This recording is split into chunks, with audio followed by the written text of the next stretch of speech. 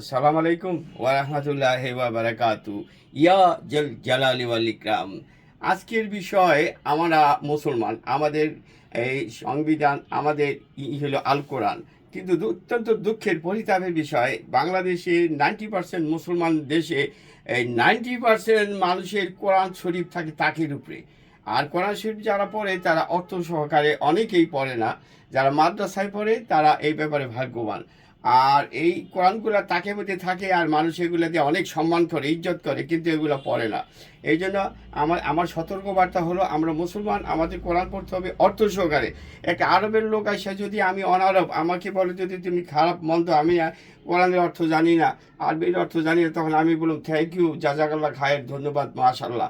অতএব আমরা কোরআন অর্থ সহকারে পড়বো, কোরআন তাকে মধ্যে রাখবো না। প্রতিদিন এক পাতা করে হলে কোরআন অর্থ সহকারে পড়ো, তাহলে আপনি অনেক বিজ্ঞ আলেম হবেন। থ্যাংক ইউ, ধন্যবাদ।